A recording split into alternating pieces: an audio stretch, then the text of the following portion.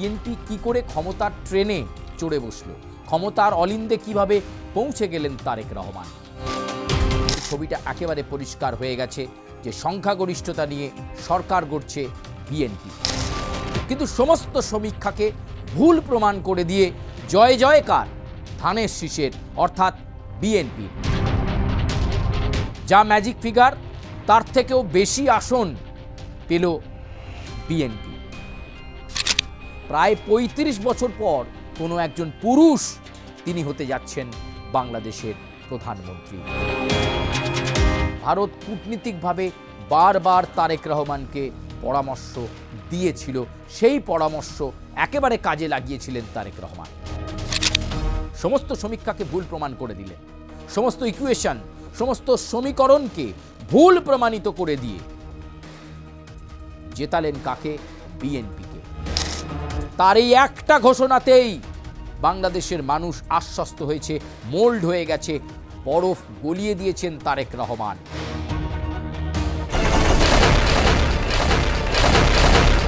নমস্কার, আমি সুচারু, আপনাদেরকে স্বাগত জানাই আজকের রণক্ষেত্রতে। আর আজকের রণক্ষেত্রেতেও আমরা একই রকমভাবে চোখ রাখবো বাংলাদেশের দিকে, কারণ আপনাদেরকে আমরা বলেছিলাম যে গত বছর 5ই আগস্ট থেকে, যখন থেকে শেখ হাসিনা দেশ ছেড়েছিলেন, সেই সময় থেকে লাগাতার আপনাদের কাছে আমরা বিভিন্ন পর্বে বাংলাদেশের খবর আমরা দিয়েছি এবং ফলাফল বেরিয়ে গেল। সকাল থেকে হাড্ডাহাড্ডি লড়াই, তারপর গণনা, এবং সেই গণনার পরে ছবিটা একেবারে পরিষ্কার হয়ে গেছে যে সংখ্যাগরিষ্ঠতা নিয়ে সরকার গড়ছে বিএনপি।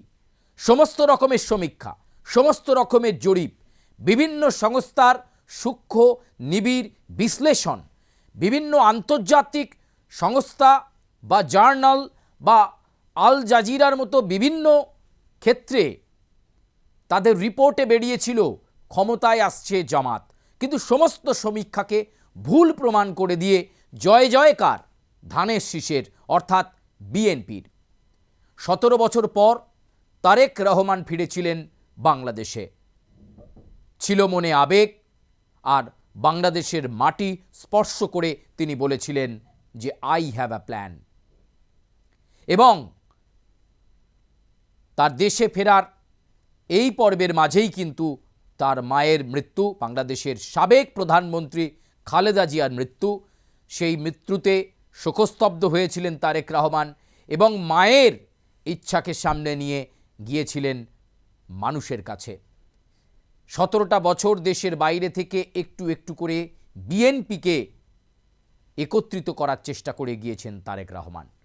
দলের মধ্যে চোরাস্রোত ছিল, বিভিন্ন সময় বিভিন্ন দলের নেতা কর্মীরা তারা বিক্ষোভ দেখিয়েছেন, কেউ কেউ আবার স্বতন্ত্র প্রার্থী হিসাবে লড়াই করেছেন, যেমন ধরুন রুমিন ফারহানা, এছাড়াও আরও অনেকে রয়েছেন।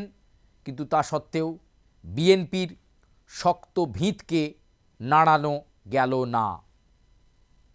যা ম্যাজিক ফিগার তার থেকেও বেশি আসন পেল বিএনপি।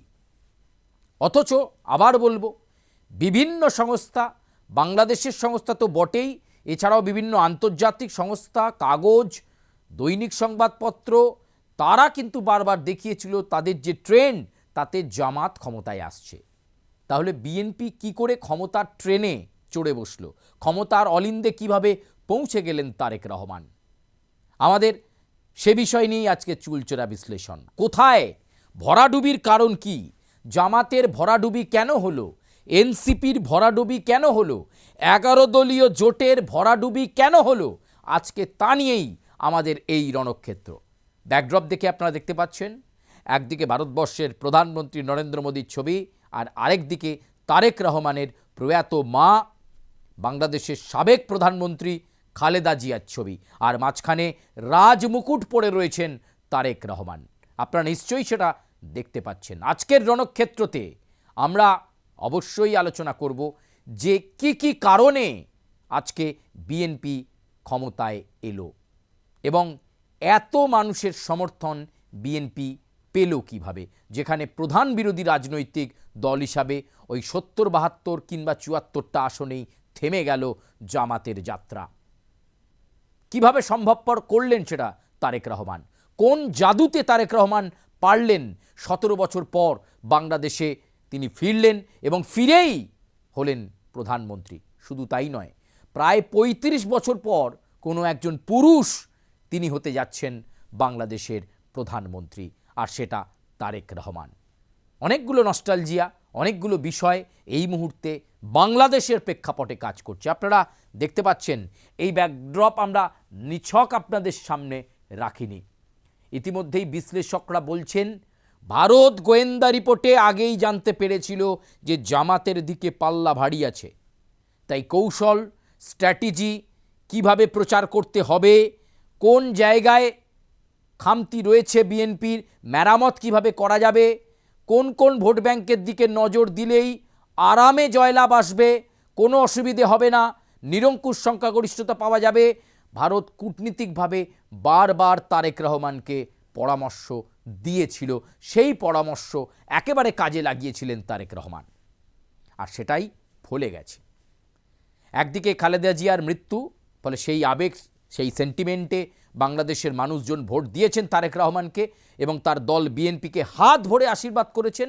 আর অন্যদিকে ভারতবর্ষের প্রধানমন্ত্রী নরেন্দ্র মোদীর এবং সেই সঙ্গে ভারতের জাতীয় নিরাপত্তা উপদেষ্টা অজিত দোভাল মারফত একটার পর একটা কূটনৈতিক চাল, কূটনৈতিক ইনফরমেশন, কূটনৈতিক রণনীতি বাদলে দেওয়া তারেক রহমানকে, আর সেটাই এই আশ্চর্য রকম ফলাফলের নেপথ্যে রয়েছে বলে মনে করা হচ্ছে।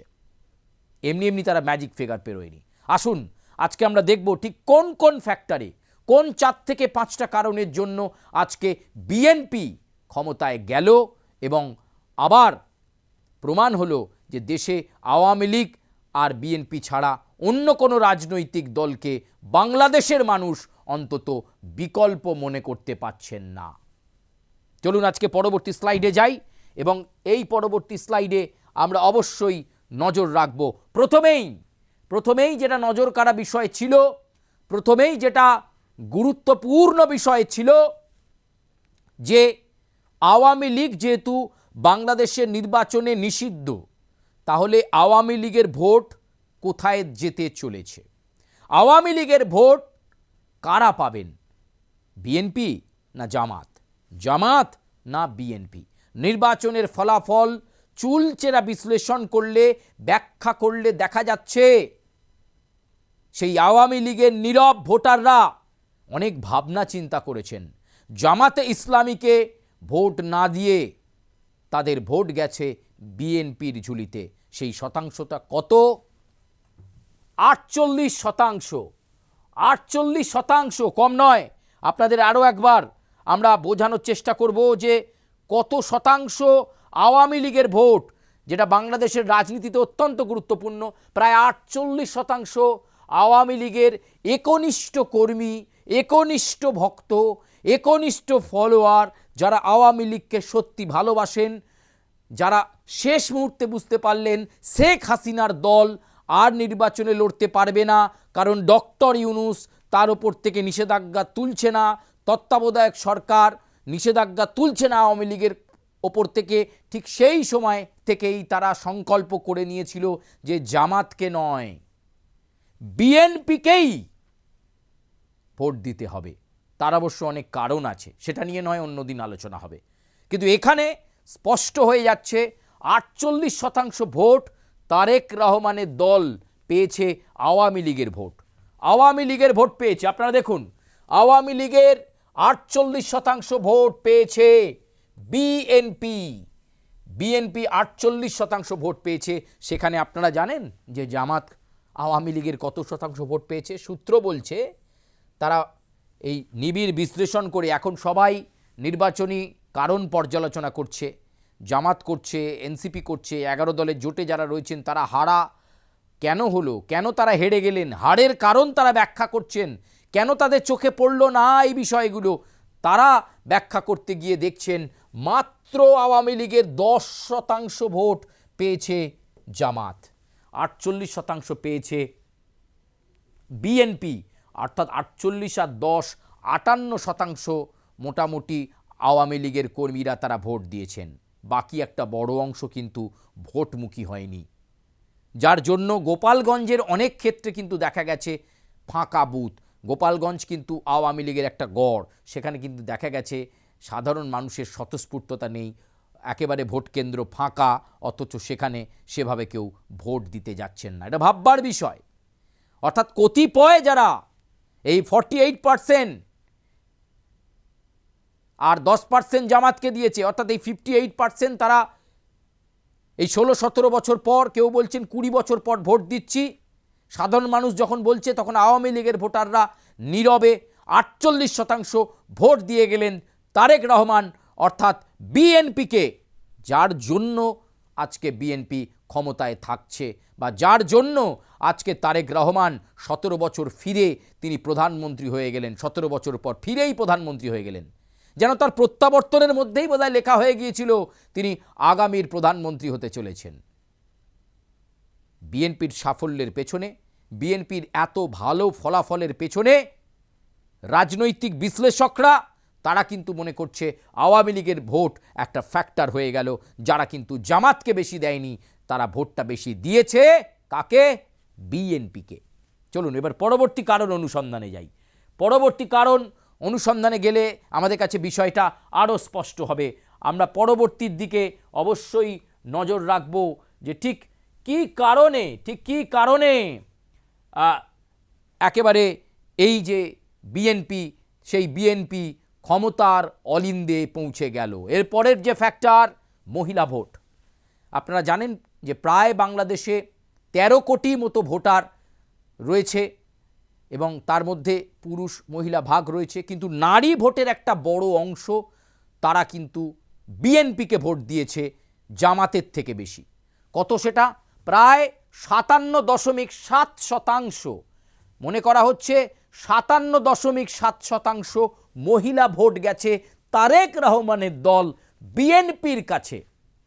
কারণ প্রথম থেকেই প্রচারে বিএনপি রেখেছিল যে জামাতে ইসলামী হচ্ছে নারী বিরোধী দল, অথচ যদিও জামাতে ইসলামের আমির ডক্টর শফিকুর রহমান বারবার সভায় বলবার চেষ্টা করেছিলেন তারা মহিলা প্রতিনিধিত্ব দলে রেখেছেন, এমনকি তাদের যদি মন্ত্রিসভা হয় জামাতের, সেখানে দিলশানার মতো মেয়েদেরকে মন্ত্রী করা হবে, বাংলাদেশের মন্ত্রী করা হবে, এই সব প্রতিশ্রুতি জামাত কিন্তু দিয়েছিল। কিন্তু দেখা যাচ্ছে এই সমস্ত প্রতিশ্রুতিতে বাংলাদেশের নারীরা, বাংলাদেশের মহিলারা ভিজে যায়নি। তারা প্রথম থেকেই মনে করেছে এই জামাত কট্টরপন্থী, এই জামাত হয়তো বলছে এখন একরকম, করবে অন্য রকম, তাই এদেরকে ভোট দেওয়া যাবে না। এবং দৃঢ় সংকল্প নিয়ে এই 57 দেশের মহিলাদের 57.50%, অনেকটা বেশি, 57.7% মহিলা তারা কিন্তু ভোট দিলেন বিএনপিকে, মানে তারেক রহমানের দলকে। বাংলাদেশের নারী ভোটের 57.7% ভোট গিয়েছে বিএনপিতে। অর্থাৎ বিএনপি ক্ষমতায় আসার দ্বিতীয় কারণ। আওয়ামী লীগের ভোট শতাংশ যদি বিএনপির দিকে যাওয়া একটা কারণ হতে পারে, তাহলে দ্বিতীয় কারণ হচ্ছে মহিলা ভোট। সেই মহিলা ভোট চলে যাওয়া বিএনপিতে। 57.7% মহিলা নিশ্চিন্তে চোখ বুজে ব্যালটে ধানের শীষে স্ট্যাম্প মেরেছেন, ধানের শীষে সিল দিয়েছেন, কারণ তারা জামাতের প্রতিশ্রুতিতে বিশ্বাস করেনি।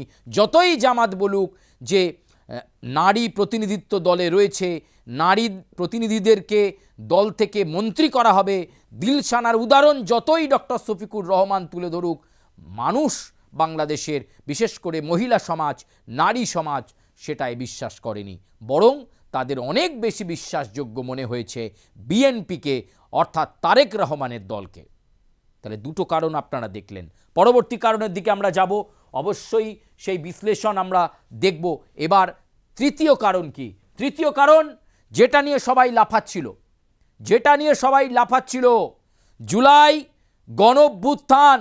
সেই জুলাই গণঅভ্যুত্থানের ফলে শেখ হাসিনা দেশ ছেড়েছিলেন, গণভবনের দখল নিয়েছিল জুলাই গণঅভ্যুত্থানের আন্দোলনকারীরা একেবারে হৈ হৈ করে।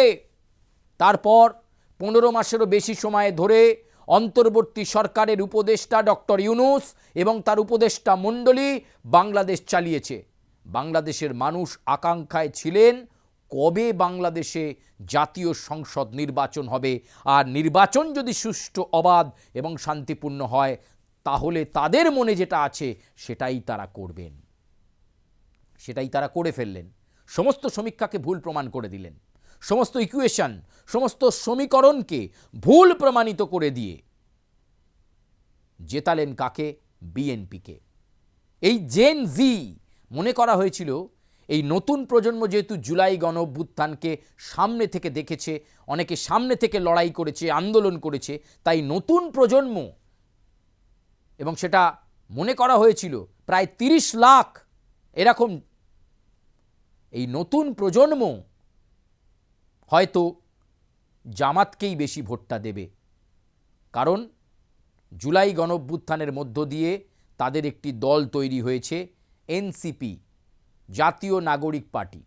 সেই পার্টির অনেকে কিন্তু ত্রয়োদশ জাতীয় সংসদ নির্বাচনে লড়াই করে নির্বাচিতও হয়েছেন। এই যেমন ধরুন হাসনাত আবদুল্লাহ, কুমিল্লা 4 আসনে নির্বাচিত হয়েছেন হাসনাত, এনসিপির টিকিটে, জামাত সমর্থিত। ফলে মনে করা হয়েছিল এই যে জেন জি, যাদেরকে আমরা নতুন প্রজন্ম, বাংলাদেশের নতুন প্রজন্মের একটা বড় অংশ একেবারে জামাতের দিকে ঝুঁকে রয়েছে, এমনটা বিশেষজ্ঞরা মনে করেছিলেন। কিন্তু সমস্ত ভাবনা, সমস্ত ধারণা, বিশেষজ্ঞদের সমস্ত সমীকরণকে ভুল প্রমাণ করে দিয়ে জেন জি এর একটা বড় অংশ, সেটা প্রায় 45% যারা কিন্তু ভোট দিয়ে দিলেন বিএনপিকে, তারেক রহমানের দলকে, অর্থাৎ ধানের শীষকে।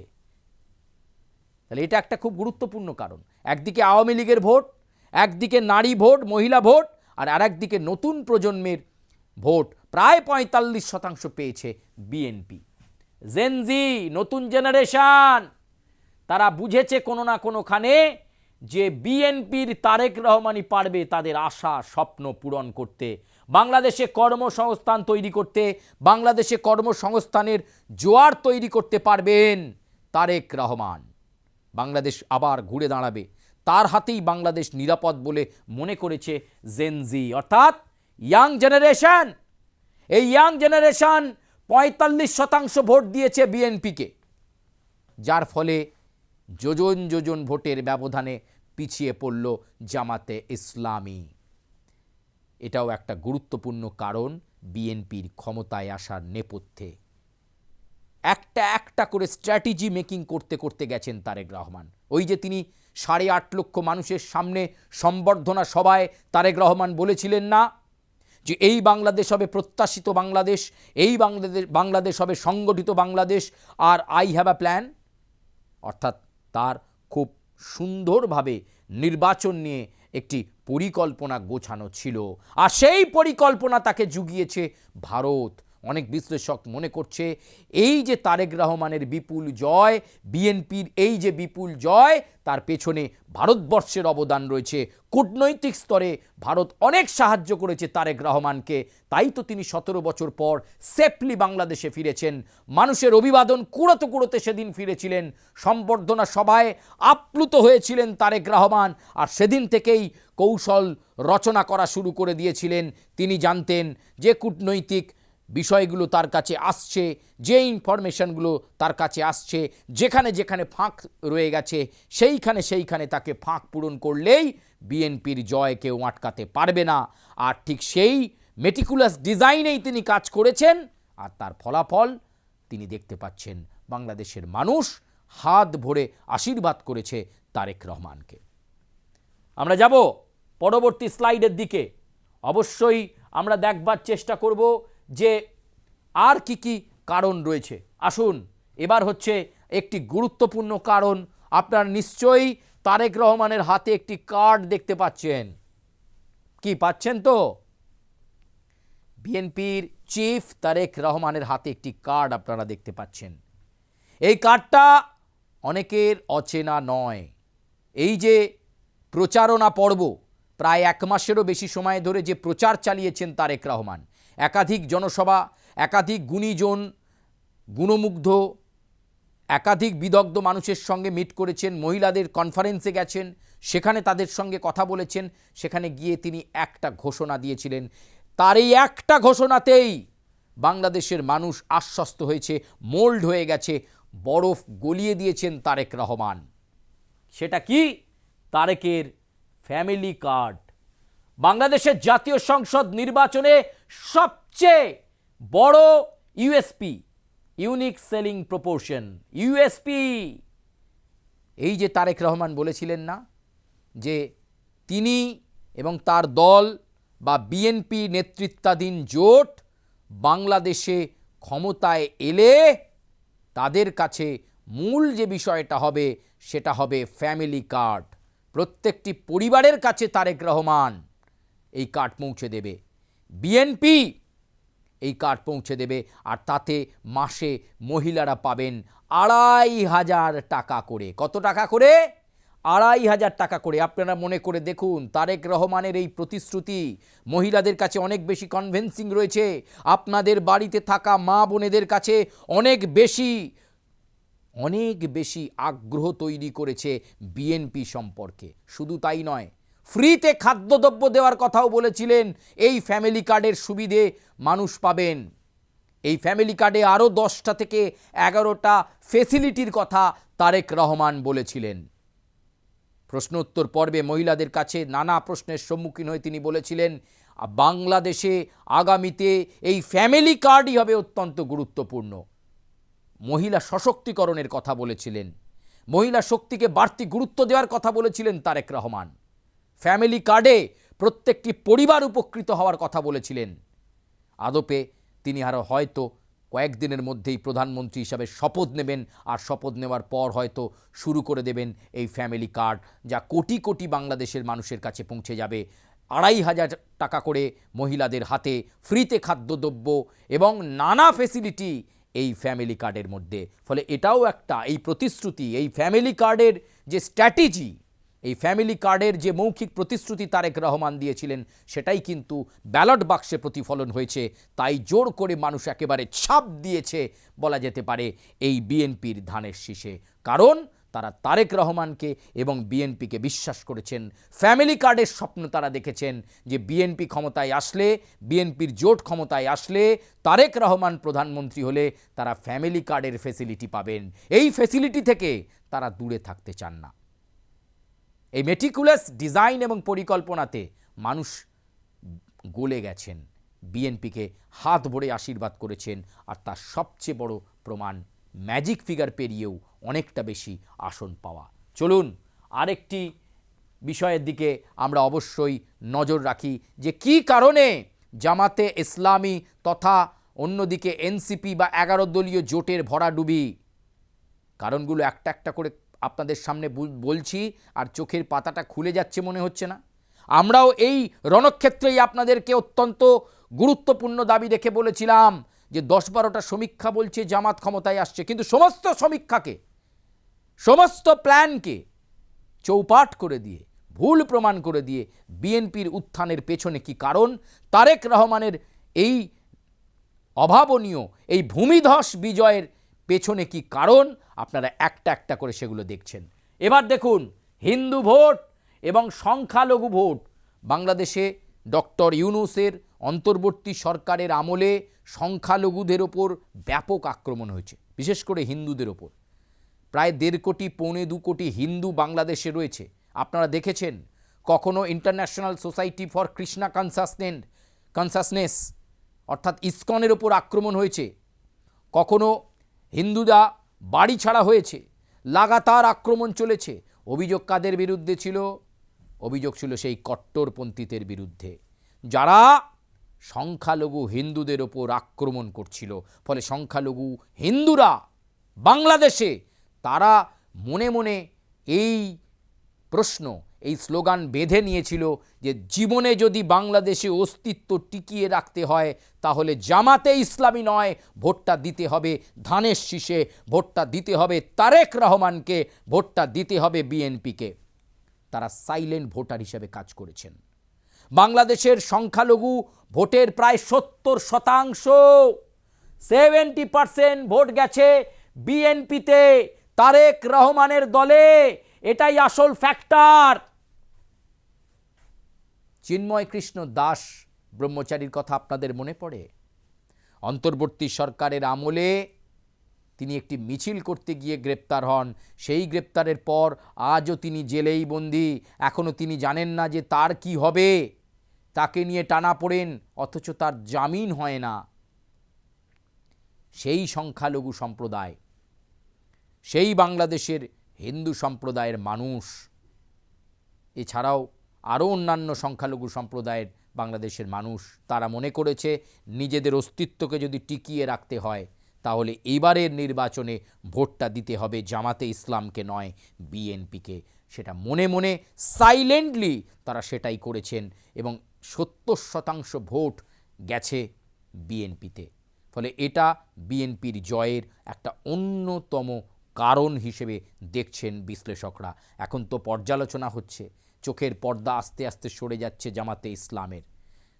তারা বুঝতে পারছেন না কোথা দিয়ে কি হয়ে গেল। ফলে বাংলাদেশের এই ফলাফল অনেককে অবাক করলেও অনেকেই মনে মনে রেখেছিলেন যে এবার যেহেতু আওয়ামী লীগ নিষিদ্ধ, তাই বিএনপিকেই একমাত্র ভরসাযোগ্য শক্তি হিসাবে ভরসা করতে হবে। কারণ অতীতে বিএনপি বাংলাদেশ পরিচালনা করেছে, ফলে যারা আগে পরিচালনা করেছে তাদের উপর ভরসা করাই ভালো। জামাতে ইসলামের সরকার পরিচালনার অভিজ্ঞতা নেই। সংখ্যালঘুদের উপর তাদের মনোভাব কি হবে, মেয়েদের উপর তাদের মনোভাব কি হবে, এই বিষয়গুলো মানুষের মধ্যে ধোঁয়াশা তৈরি করেছে। সেই ধোঁয়াশা থেকেই সকলে মিলে বেশি করে জোর দিয়েছেন বিএনপির দিকে, বিএনপিকেই তারা বেশি করে ভোট দিয়েছেন। আর সে কারণেই ম্যাজিক ফিগারটা এক লহমায় একেবারে পেরিয়ে অনেকটা বেশি আসন নিয়ে জয়লাভ করেছে তারেক রহমানের দল বিএনপি। এটাই কারণ। এই 5 থেকে 6টা কারণ বিএনপির এই অসামান্য, এই অভাবনীয়, এই চমৎকার ফলাফলের পেছনে রয়েছে বলে মনে করছে বিশেষজ্ঞরা। অনেকে বলছেন একেবারে বোকা বনে গেছে জামাতে ইসলামী, আর এর ফলে ক্ষতি হলো নেপথ্যে থাকা পাকিস্তানের। তারা কুল কিরানা পাচ্ছেন না। তারাও আল জাজিরা, রয়টার্সের রিপোর্ট দেখে ভেবে গিয়েছিলেন জামাতে ইসলামী আসছে, কোনো চিন্তা নেই। কিন্তু বিনিদ্র রাত তাদের গতকাল কিভাবে কেটেছে পাকিস্তান বুঝতে পেরেছে যে বাংলাদেশ আসলে বাংলাদেশের মানুষ কোন চালে কোন নীতিতে ভোট দিয়েছে। কারণ বাংলাদেশের মানুষ ভারতবর্ষকে ভালোবাসে, আর ভারতবর্ষ বাংলাদেশকে ভালোবাসে। পরম বন্ধুর কথা প্রত্যেকটা মুহূর্তে শুনেছেন তারেক রহমান। প্ল্যান স্ট্র্যাটেজি সাজিয়ে ঠিক ঠিক জায়গায় ইমপ্লিমেন্ট করেছেন, আর তাই সাফল্যের ফল আজকে তার হাতে। এবং তিনি বাংলাদেশের প্রধানমন্ত্রী হিসেবে শপথ নেওয়ার পর কি কি উন্নয়নমূলক দায়িত্ব তিনি নিচ্ছেন, ফ্যামিলি কার্ডের প্রতিশ্রুতি কতটা পূরণ করছেন, সেদিকে আমাদের নজর থাকবে। এবং সে বিষয়ে নিশ্চয়ই আমরা হয়তো আগামীতে বাংলাদেশে আলোচনা করব রণক্ষেত্রে। কিন্তু আজকের মতো রণক্ষেত্রে পর্যন্তই। আপনাদেরকে সবাইকে আমরা ধন্যবাদ জ্ঞাপন করি যে আপনারা এতদিন পর স্বতঃস্ফূর্তভাবে ভোট দিতে পেরেছেন। গণতন্ত্রের সবচেয়ে বড় উৎসবে আপনারা অংশ নিতে পেরেছেন, এটাই সাধুবাদ। আমরা শুভকামনা জানাবো যে এই যে যারা সরকারে এসেছে, এই বিএনপি, এই সরকার স্থায়ী হোক। এবং আপনারা যেহেতু বিচক্ষণভাবে ভোট দিয়েছেন, আপনাদের উন্নয়ন হোক, বাংলাদেশের বন্দর বাণিজ্যের দরজা আরও খুলে যাক, ভারতের সঙ্গে সম্পর্ক আরও ভালো হোক। সুদৃঢ় বাংলাদেশ, পরিবর্তিত বাংলাদেশ, প্রত্যাশিত বাংলাদেশের কামনা জানিয়ে আজকের রণক্ষেত্র শেষ করছি আমি সুচারু। ধন্যবাদ।